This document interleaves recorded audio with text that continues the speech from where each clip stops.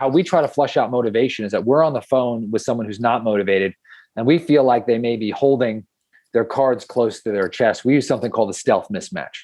And the stealth mismatch is meant to disarm your prospect. Welcome to the Rental Property Owner and Real Estate Investor Podcast, brought to you by the Rental Property Owner Association, providing benefits and services to real estate investors and rental property owners for over 48 years. With your host, Brian Hamrick from Hamrick Investment Group.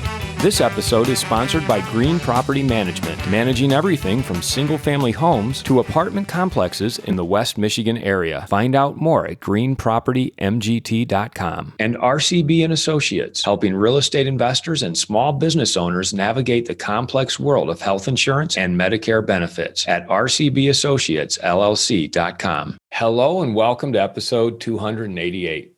My guest today has 19 years of experience acquiring real estate below market value. He's flipped over 1,000 single and multifamily residences, and he has extensive experience in lease negotiation. Todd Toback is also the creator of the No Limit Sales System, which focuses on acquiring property directly from sellers while learning the mindset, skills, and habits to make it happen. His expertise is in teaching others the art of talking to motivated sellers in order to double and quadruple their profits by making a few small tweaks. And through his coaching program, Next Level Wholesaling, he teaches solopreneurs how to build highly effective teams in order to create long-term wealth with less expenditure of their time. Todd, welcome to the show. Glad to be here. Let's rock and roll. Let's do that. Why don't you tell us a little bit about yourself and how you got started investing in real estate? We talked a little bit about offline, but after I graduated college, I was in Grand Rapids, Michigan, and there was a ton of snow, and it snowed every day. I'm from New York, and one day I just said, "Hey, I'm fed up with the snow," and I got my car with my dog, and I drove back to San Diego, California, just on a whim. And I got out here, and I realized I was going to be actually in my mind, I was going to be a professional lifeguard. And I realized that, like most 21-year-olds, they don't really think things through all that well. And I got out here and I realized I wasn't going to be able to, basically support myself on that kind of salary. So I went and I got a job in corporate America, and I kind of researched on what I would like and, where I could make some money. And I focused in on getting a job with a pharmaceutical company. So Viagra had just come out at the time. And I'm like, oh, I've got to get a job with this company. This is going to be so much fun. And this is a drug that people are going to want to take. And so I lasered in on it. I don't know how, but I got the job. And so I was lucky enough to run into a great mentor. He was my manager. His name was Derek. And he kind of took me underneath his wing. I was, out of state, and I was by myself, and I was this, hungry 21-year-old. And he basically taught me the art of influence. And every day he would role play with me. And once a month he'd be in the car with me and teaching me how to communicate with people, because I was really, really, really bad at talking to people. I mean, I had really no sales experience. And I was not a natural salesperson. And so Derek is like, hey, this is halfway through our first week that we were out in the field. I'm thinking that he thought he made a mistake in hiring me. And he's like, don't worry. He's like, this is a learned skill, and I'm going to teach you. So needless to say, I worked underneath Derek for 2 or 3 years, and I started to become really successful at this job. And I was getting a little antsy at the time, because I was living in Santa Barbara, California. And I'm like, I don't know how I'm ever going to afford a house. This is like in the back of my mind. And so I was looking at different entrepreneurial ventures. I was looking at like MLM, and I was looking at, starting an online business, selling stuff. And at the same time, I had gotten a friend of mine hired into Pfizer, and he was working for another pharmaceutical company. They actually brought him in, and his salary was about $20,000 higher than mine.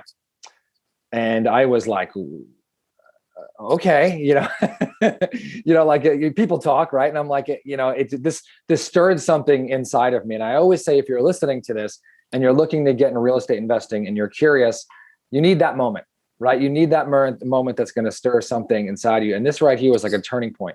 So I said, hey, Derek, I said, I really appreciate everything you've done for me. But, and, I've been killing it the last 3 years. I'm working my tail off here. And we just hired this guy who's outside the company, and, they just brought him in at a $20,000 higher base than me. Like, what's up with that? And so I was like, I need a raise, like a big one. and Derek was like, he put his arm around me, very respectful, very much like a dad-son type relationship. And he's like, I'm going to protect you. He's like, if I take this to my boss, you're going to come off really immature. You don't know how the corporate world works. It's going to hurt you. You're not going to be promoted. You're going to come off really arrogant. I'm not even going to pass this along. And so I got in my car. I had my tail between my legs. I was completely mortified. And I was driving on the 101 freeway in California. And the embarrassment and shame turned into motivation and anger, not at Derek, right? But just at like myself. And so I saw Barnes & Noble's bookstore on the right-hand side of the highway. There was 3 lanes of traffic. Something said, Todd, pull over. I pulled over, cut this guy off. He gave me the finger. I remember he had a big Jack in the Box soft drink in his hands to this day. I mean, this was not, 19 years ago. And went in the bookstore, went to the real estate section, picked up a book by Robert Allen called Multiple Streams of Income, and read the whole book in 2 days. And there's a section on real estate. It said, find a motivated seller. Got to send out letters to out-of-state owners. And if you're brand new listening to this, that is just a fancy way of saying people who own property where you live or where you're looking for property and they live out of the area.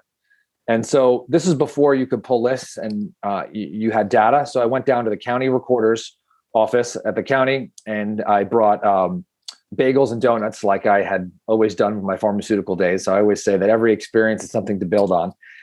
Brought these bagels and donuts, and the lady who worked at the counter helped me find these names. There was like 38 of them of the condo complex that I was living in. Hand wrote 38 letters, prayed over the letters, and I said, like, God, just like let one of these turn into a deal. Got one phone call, got a motivated seller, met with her. I had no idea what I was doing. Locked up the house. It was worth about $380. We locked it up for $280. When I say we, it was me, on basically a napkin. And I started looking for the money. I didn't even know that you could wholesale. And wholesaling is a big part of our business today. But I called my 2 regular brothers. I asked my dad. I asked my uncle. All said no. And then my brother-in-law said, oh my gosh, I love the deal. I'll fund it. We bought it, sold it, split it, made about $40K each. And that's how I got started in real estate. Wow, there's so much in that story. And thank you for going into such detail, because it really helps, set the stage. Starting with Robert Allen, who I was exposed to around that period too. I saw him speak live at in the Learning Annex in Los Angeles. So, I was heavily influenced by Robert Allen in the beginning as well. But I want to talk about Derek, who kind of taught you the ropes of persuasion and influence, but yet somehow wanted to protect you from embarrassing yourself by asking for a raise. Looking back on that, where was he coming from? Well, it's interesting because Derek was a giver, right? This guy was a giver. And, I always, I got that from him. I think I love to mentor people in my business and, people who come on.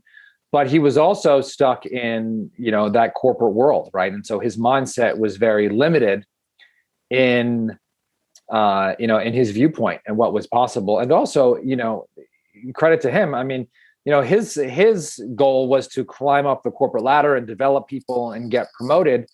And, me being in the spot where I'm trying to make as much money as possible, I'm probably going to be buying real estate and breaking free and getting out of the rat race doesn't necessarily line up with his vision, and it helping him. But the first part of your question is Derek, right? And me not being able to talk. And I think I'm really, really big on, and this is what Derek taught me, was that sales is learned, right? It's really, really learned. Number one, it's a belief system. Number two, it's confidence, right? And 3, confidence comes from knowing what to say and repetition and practicing and understanding and listening and, going through the reps, right? And so that's what, Derek had taught me. And so those first calls when I went through, we would, talk to, doctors, and things didn't go well. And then we used to go in the car and then we used to role play. And they said, what could you have done better? what better question could you have asked? Instead of asking a question that required a yes or a no, could you have asked a question that would have elicited a response? And so, this went on for years, and I had the benefit of being trained by somebody who just loved persuasion. Yeah, and I think that that's the core of our conversation today, influence and persuasion. Derek taught you the early steps when you were selling Viagra. And by the way, were you the reason they made the movie Love and Other Drugs with Jake Gyllenhaal and Anne Hathaway? I will not confirm or deny. Because that's his job in that movie, selling Viagra, isn't it? Yeah, well, I can tell you, just so you know, that movie is actually spot on. Like, some movies exaggerate.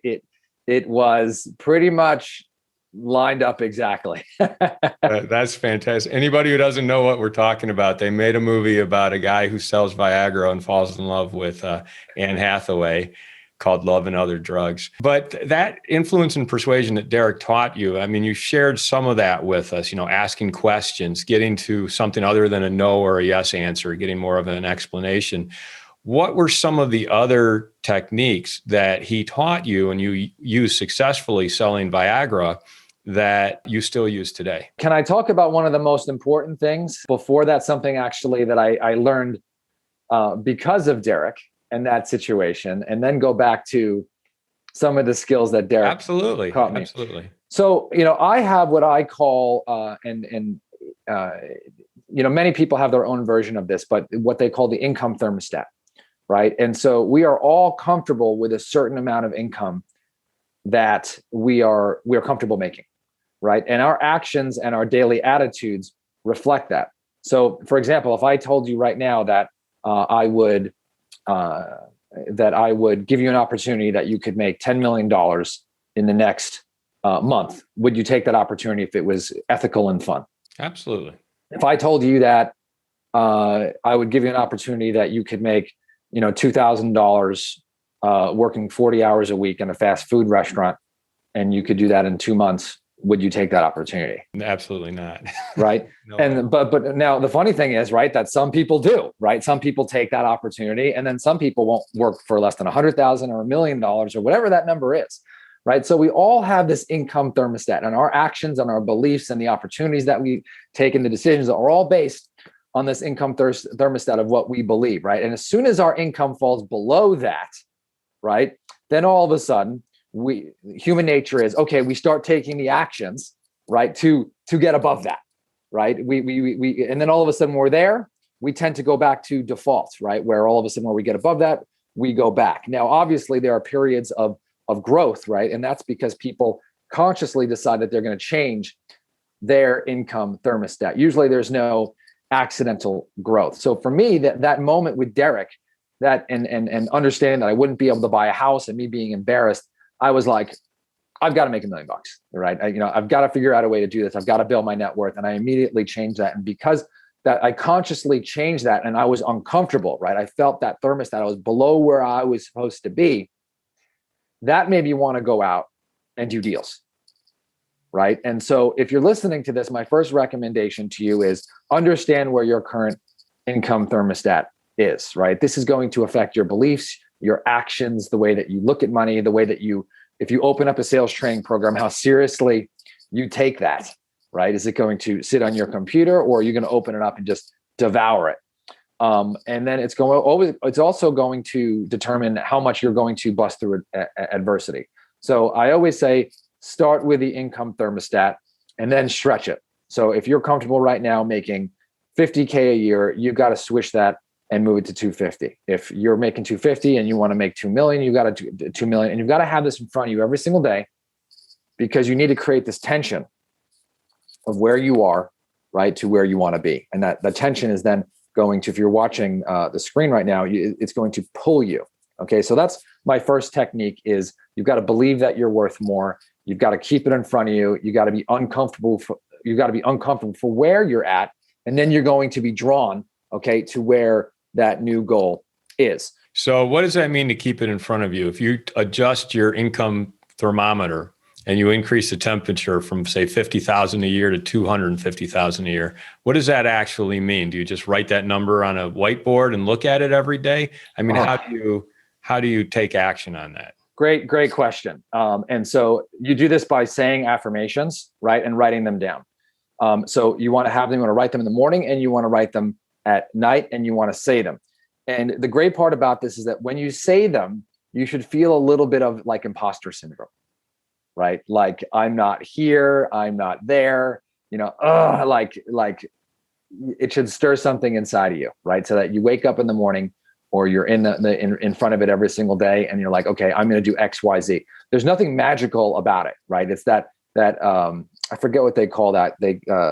Is it called the reticular activation system, where you don't really notice a car on the road, and then once you buy the car, then all of a sudden you see them everywhere, right? So for me, I drive a Hummer, and I see them like everywhere, and I never saw them before I had it.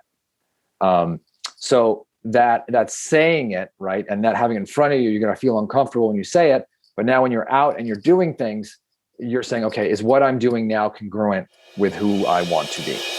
I'd like to take a moment to tell you about Green Property Management. Not only do they manage everything from single-family homes to apartment complexes in the West Michigan area, they also manage my entire portfolio. So I can tell you from personal experience that their unique flat fee management style is worth a closer look. If you feel that your property isn't operating to its fullest potential, then Green Property Management can help you take a holistic approach that will save you money, eliminate your headaches, and increase your net income. And if you're a property manager interested in applying Green Property Management's model, give them a call at 1-866-95-GREEN or visit them on the web at greenpropertymgt.com.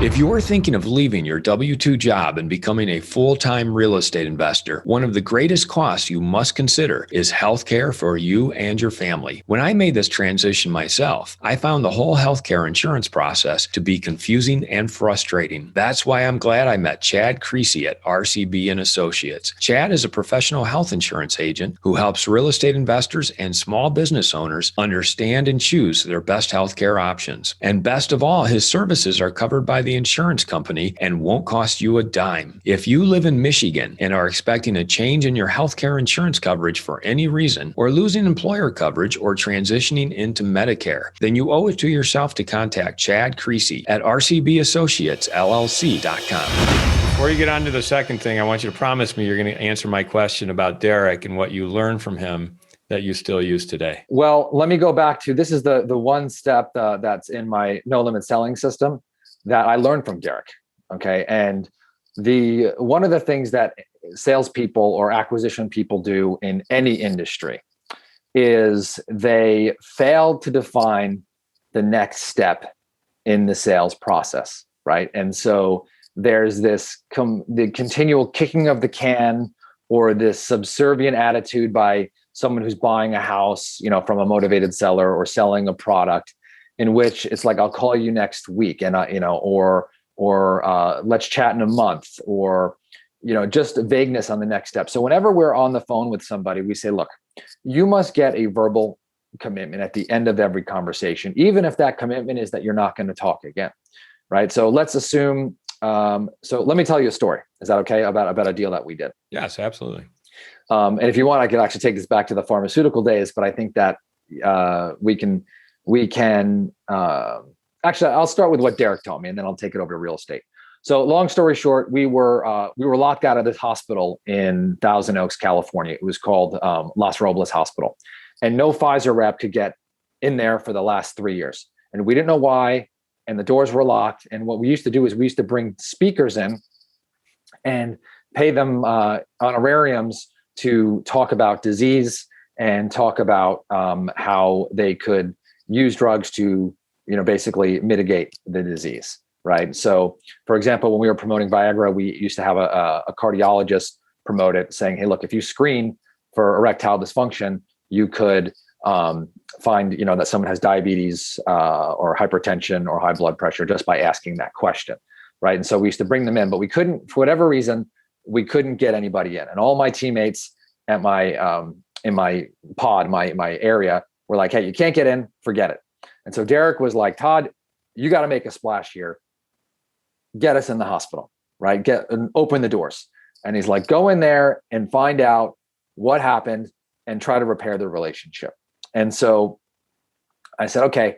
And so he had taught me to use these open-ended questions, right? And so I said, I met with a lady and I said, tell me what happened, right? So everyone was going in there and they were saying, hey, can we book a talk, right? Can we do an event here? And the answer is always no, right? Whereas I went into that first part of this and we asked this open-ended question. I said, hey, can you tell me what happened, right? And I don't know what happened, but I don't know what happened prior to this, but for whatever reason, someone wasn't asking that question. They were just asking, can we have an event here? And they were just getting a yes or a no.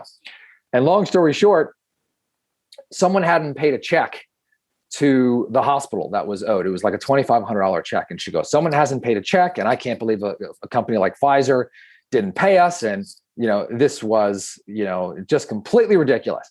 So I left there and I told Derek what happened. And, we were talking back and forth and he's like, okay, like, what's the next step? Like you're not pushing this forward. So I went back and I was like, can I have an event here? And she was like, no, you cannot. So I went back to Derek and he's like, no, go back to your open-ended question, right? Ask her what it would take to have an event there and asking if you can have an event there, right? And then come back. So I go there and I say, okay, well, let me ask you a question. What would it take to repair the relationship? She goes, well, the first thing would be you can, write the check, right? And I said, okay, well, what was the date that it was supposed to be? And, who is it out? And what were the details? And I wrote this all down. And I said, and this is where the verbal commitment comes in. He goes, ask her if you take care of this. And if you do X, right? Can we have a talk? Right. And so basically they call that, like you're strapping down all the loose ends on the boat, right? And so everything is loose. And so I basically got commitments from him. I said, listen, if we can resolve this, right, can I bring in a speaker?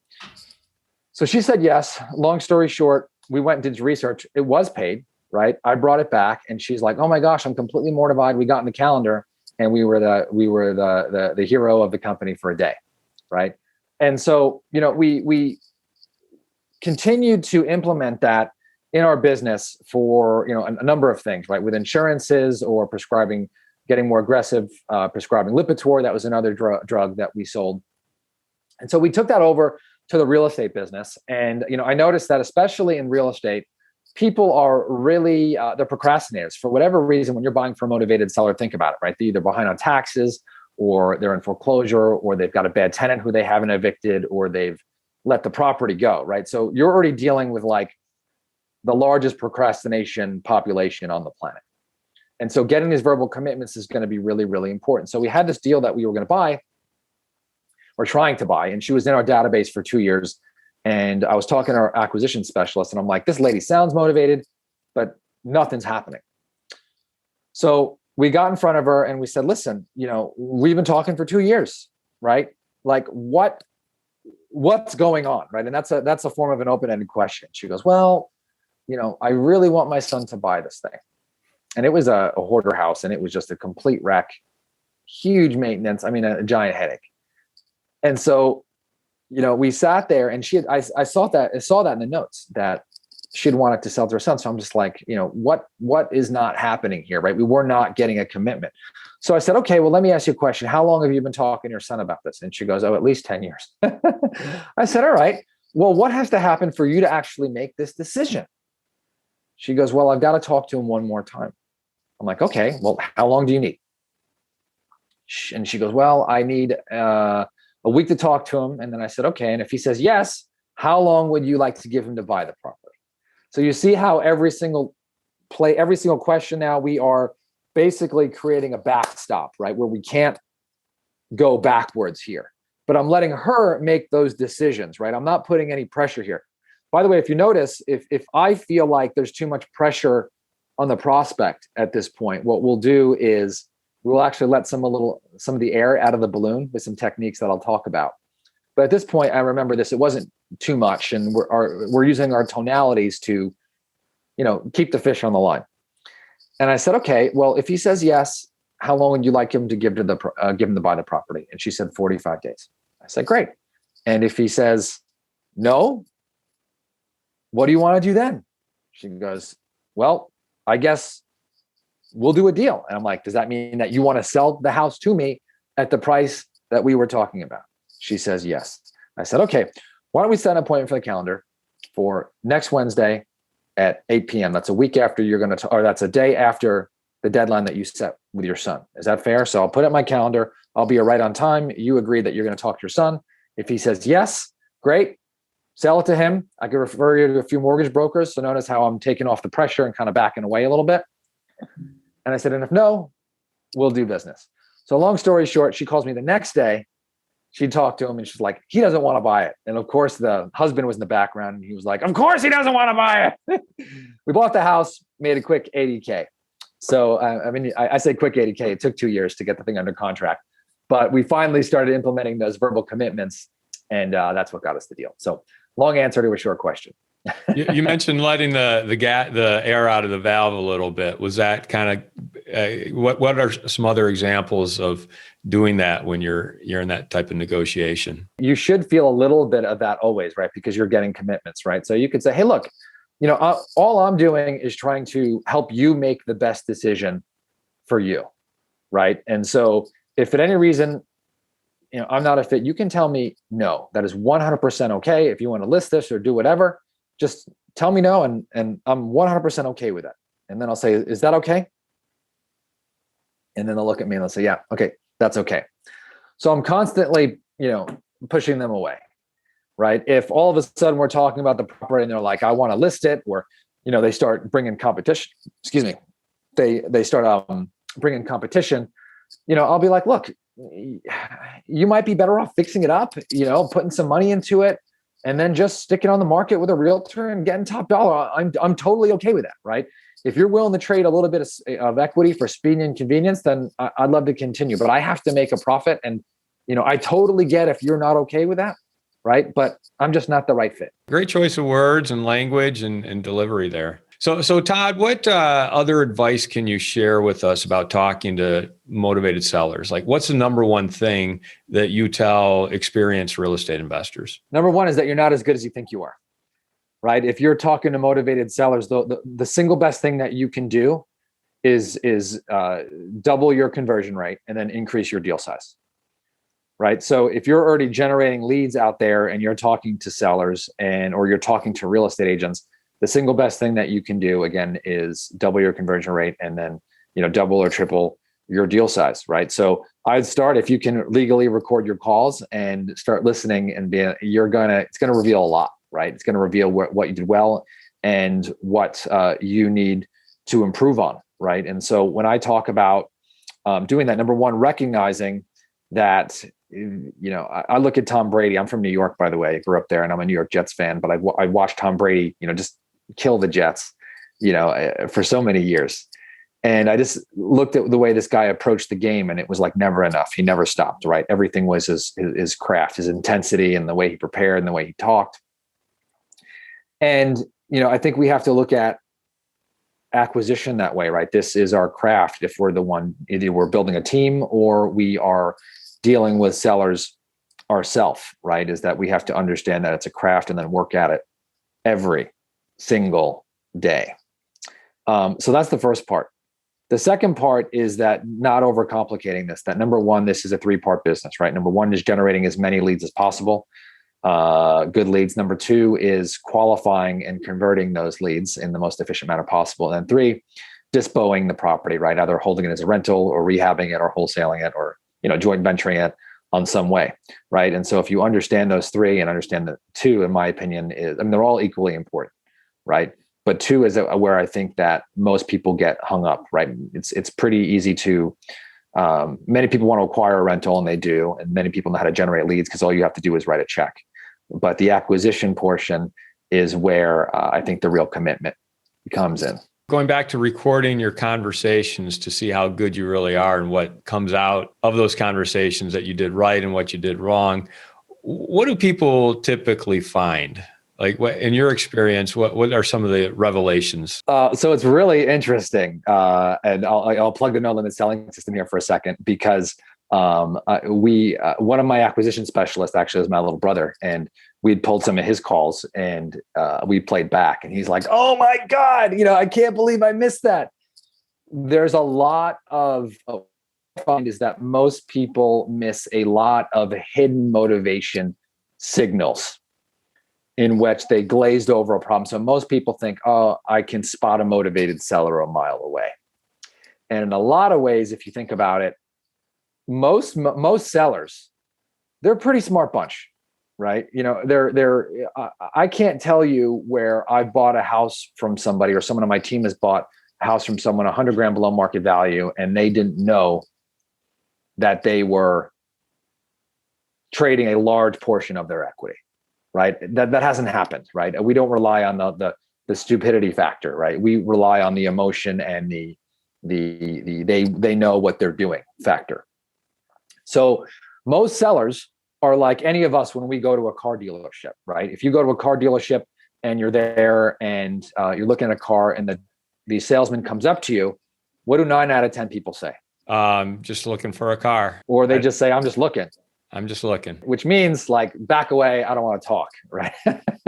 Right? But we're not just looking, right? We're actually there to buy, right? But we're using this defense mechanism to protect ourselves. And so many sellers, when they call off a postcard, or they're getting a cold call, or they're getting a text message or whatever, or they're responding from an internet lead, they know what we do, right? Or when we're going direct to seller, at least. And so they're going to try to protect themselves and not look as motivated as they are, or not reveal their true problems.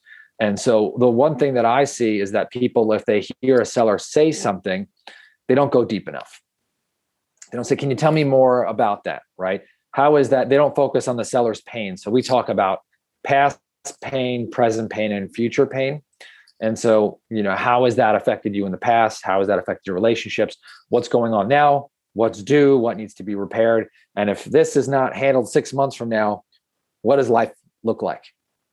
Right? And so we love to take them through that and then dig really, really deep. And so I find that many people miss a lot of deals because they're not asking the right questions. They're also spending too much time with unmotivated sellers. And because of that, they're burnt out, and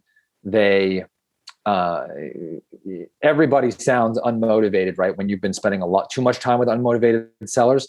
So then the only thing that they're looking for at that point is the laydown, right? And so they miss the majority of the deals, which is right in the middle, by not asking the right questions. Does that make sense? It does. And it brings up the distinction when you're talking to a unmotivated seller, how quickly are you able to determine that, and what are the key indicators? I can tell you that you always do your best to determine it, right? Some people are going to really hold their cards close to their chest. So in our business, and I recommend all of our students do this, is we've got a process and a system, right? So we have a script that we use, and you keep asking questions, and you ask in different ways.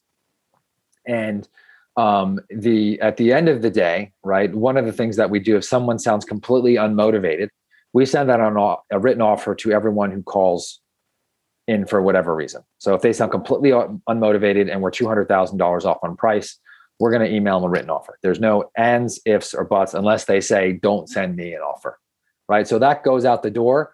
And I can tell you, if you do that one thing, if you just do that one thing and don't even focus on the sales, which you should, right, you're going to get an extra 12 deals a year. Is that because people you thought were unmotivated end up being motivated once they get your offer and they can take action on that? Yeah. So they call back, and for whatever reason, they saw your offer wasn't as ridiculous as they thought it was. Right. And so they took at it, looked at it, and it caused another conversation. So that's one of the things that we do, where your daily habits can overcome some deficiencies. Right. But the other part about this is that how we try to flush out motivation is that we're on the phone with someone who's not motivated, and we feel like they may be holding their cards close to their chest. We use something called the stealth mismatch. And the stealth mismatch is meant to disarm your prospect. Right. So most people, when they go into a house, they're like, "Hey, it's a good thing you need to sell this property fast," or "It's a good thing they'll even say, like, it's a good thing that you're motivated, or you need to get rid of these bad tenants. Like, I'm really looking forward to helping you out with this big problem you have, right? That is in no way. And by the way, that's what most people do. They say, oh, I'd love to be able to, do business and buy your property. They do not care about you, right? As the buyer, they care about them. Right. So, and every time you push and tell them how motivated they are or point at their problem, they're going to put up a wall. Right. So what you have to do is use a stealth mismatch, just like it sounds, right? You've got to come in stealth and disarm them with the opposite of what they're expecting. So for example, we had and this is my favorite kind of lead, where a family member is living in the property rent-free, right? Mom and dad rent the property to their daughter, who's got 2 kids and is living with her boyfriend. And those 2 kids are not with, her current boyfriend, right? And they were supposed to be living in the house for 6 months rent-free to get back on their feet. And now it's been 5 years, right? I mean, if you hear that situation, those are my favorite kinds of leads. And so, this is another lead that was in the database. Seller didn't sound all that motivated, but I knew that situation. And I'm talking to our acquisition team. I said, get them both back on the phone. Okay, let's try a stealth mismatch here. So we got them all. They were on speaker, and I said, hey, the good thing is that, you want to take care of, your daughter and her boyfriend, and another 6 months, I mean, they'll probably be right back on their feet, right? I mean, you're really doing them, a favor. And all of a sudden, the husband just unloaded, and he's like, that no good SOB. There is no way he's going to be there in 6 months over my dead body. Before we had done that stealth mismatch, he had not said anything like that. Right. But we had to go in the opposite, right? We had to say, hey, the good thing is, you want to help them 6 months from now. It's no big deal. You're doing a good job helping out the community. Right. And that just threw them off. So the other part about that is that you don't want to be scared of the answer. So you want to use those stealth mismatches. You want to run towards the truth. And so for me, a lot of people say, Todd, you're so blunt and you're so, I don't want to use the word harsh, but you're just like, you just say what's ever on your mind. And I'm like, yeah, but I build, like, people don't necessarily love what I say, but I build so much trust with them. Right. I build so much trust when people, you say these things, they're like, wow, he's not scared to say anything. They just now become exponentially more comfortable doing business with you. To be clear, it sounds like the stealth mismatch is to say something to the prospective seller that you know is untrue or you suspect to be untrue, just to get that reaction from them to sort of reveal their true inner motives. Yes. Now, sometimes here's the interesting part. So sometimes I say it and it is true. And now I know I'm really not dealing with a motivated seller. Right. So this goes back to your question. It works both ways. Right. So the stealth mismatch can help you determine, is someone really unmotivated, or can you reveal their true motivations? Right. And so that was the answer to your question about the stealth mismatch is how do I, get off the phone with unmotivated sellers? The answer to that is don't be scared of the truth. Right. Run towards the truth so that you can then decide to spend time with the contenders and not the pretenders. Before we wrap it up, Todd, I'd love to just, if you have any other tips for influence and persuasion and talking to sellers that you can share with us, that would be real appreciated. Sure. Well, we talked about verbal commitments and we talked about the stealth mismatch. There's actually 5 communication techniques. And I'll talk about one more, and that is price conditioning. So people say, how can I get a seller to tell my price, take my price, right? And so one of the things I can say is that whenever you hear a number come out of a seller's mouth, know that that is just part of the process, right? It is one step in the process of getting to where you need to go, right? So most people, they hit this first objection and they say, well, the seller said the lowest they'll take is $200,000 and I need to be at 130. So that's it. Forget it. Right. And they walk away and they assume that's it. Right. And I can tell you that, again, all the deals are found in this long-term follow-up, in asking the right questions, in asking things a different way. And so whenever we hear a number, one of the things we like to hear from a seller is if we can't find another external motivator, is we'll ask them, hey, what's the lowest they'll take if we paid all the cash and all the closing costs? And if the house is worth 200 and they're saying they're willing to take 160, right, which is usually not enough of a discount to be able to buy, right? But there's a gap there. They've already indicated that they're willing to trade some equity for speed and convenience, right? It's much easier to widen that gap, right, from the 160 to, let's say, the 120, than to get the guy who wants full retail and just even get him down 15,000, right? So you want to look for people who just have small gaps, even if it's that. Number two is that know that over time during this negotiation that their expectations may and probably will change, right? So if you're at an appointment with a seller, one of the things I recommend is, take your time going through the house. And right now I'm, rubbing the top of my desk, and, let's say there's a little crack in the floor, a little water damage. You kind of look at it and you just rub it and make a weird face, and you look confused, right? And if the seller's watching you, and if you're face to face, the seller's blood pressure is going to start to go up, and they're going to start to try to make all kinds of excuses about what this is or what it's not or their problem. Do not say anything. Do not argue. Do not, tell them it's worse than it is. Just look at it and make funny faces, right? You see water damage, just ask them what it is, look at it, and then just look confused, right? You could also do this over the phone, and you could say, okay, when's the last time the pool was resurfaced? 10 years ago. Huh. Okay, and so you can use those tonalities. Don't argue, don't be confrontational, but you want to use these small clues, right? The other part about this is that you want to indicate to the seller early on in the process that you'd love to be able to do business, but you need to make a profit, right? So you're not now trying to mask the fact. Some investors out there, like they try to act like they're going to live in the property. And, I see a lot, right? For some reason, they're going to build more rapport with the seller and get a better price. Never do that, right? It's all about you solving the seller's problem. And if you can make a profit, you'll be able to do business. Don't be scared to start low. This goes back to the price conditioning. Is you got to be bold, right? Every 7 or 8 deals, you're going to get your singles and your doubles there and your triples.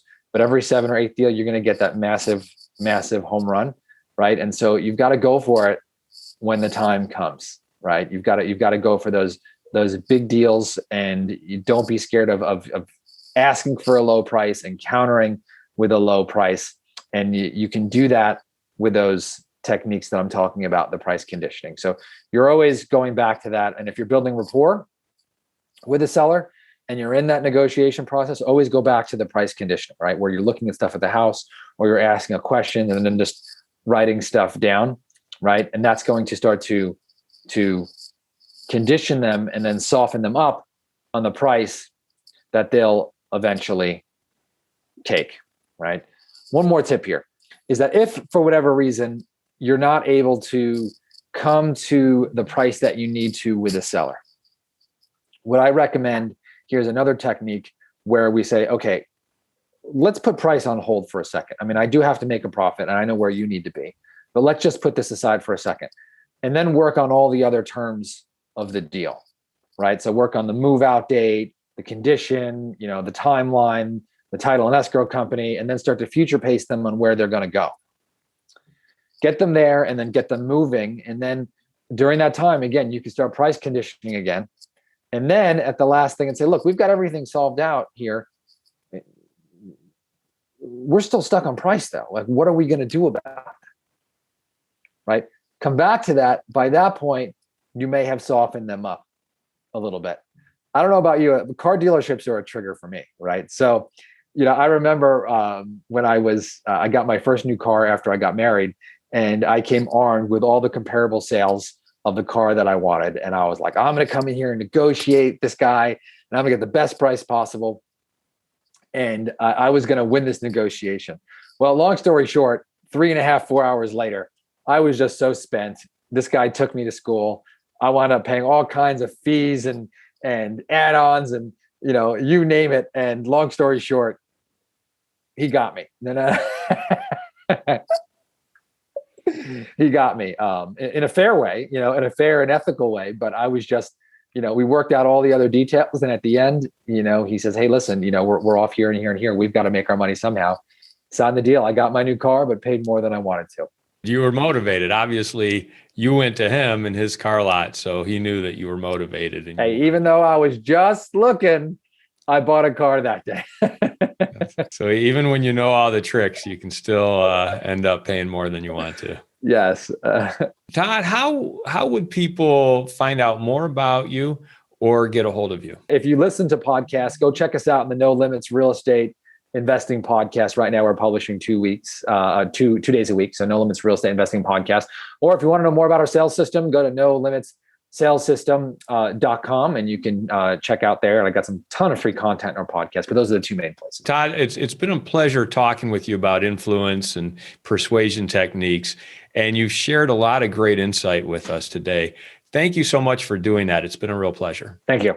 I want to thank everybody for listening to this episode. I'm your host, Brian Hamrick from Hamrick Investment Group, and you can find out more about me by going to higinvestor.com. That's higinvestor.com. And you can also ask questions and join us on Facebook by going to RPOA, Rental Property Owner and Real Estate Investor Podcast. This episode was sponsored by Green Property Management, managing everything from single-family homes to apartment complexes in the West Michigan area. Find out more at greenpropertymgt.com. And RCB and Associates, helping real estate investors and small business owners navigate the complex world of health insurance and Medicare benefits at rcbassociatesllc.com. You've been listening to the Rental Property Owner and Real Estate Investor Podcast, brought to you by the Rental Property Owner Association.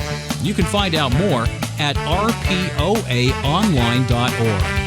If you enjoyed this podcast, please go to iTunes to subscribe, rate, and review.